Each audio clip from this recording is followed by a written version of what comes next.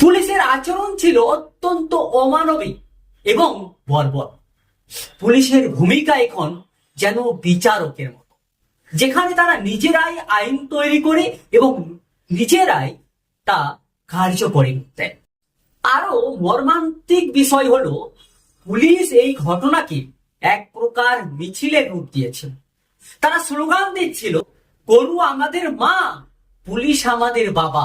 এবং যে মুহূর্তে কেউ এটি চড়ে বলছে না, তখনই শুরু হয়েছে নির্মম পেটায়।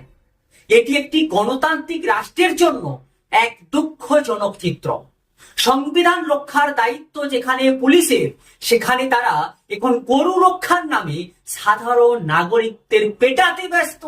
এটি স্পষ্টভাবে বোঝা যাচ্ছে যে পুলিশ এখন শুধুমাত্র হিন্দুত্ববাদী সংগঠনগুলোর মতাদর্শের বাস্তবায়নে লিপ্ত।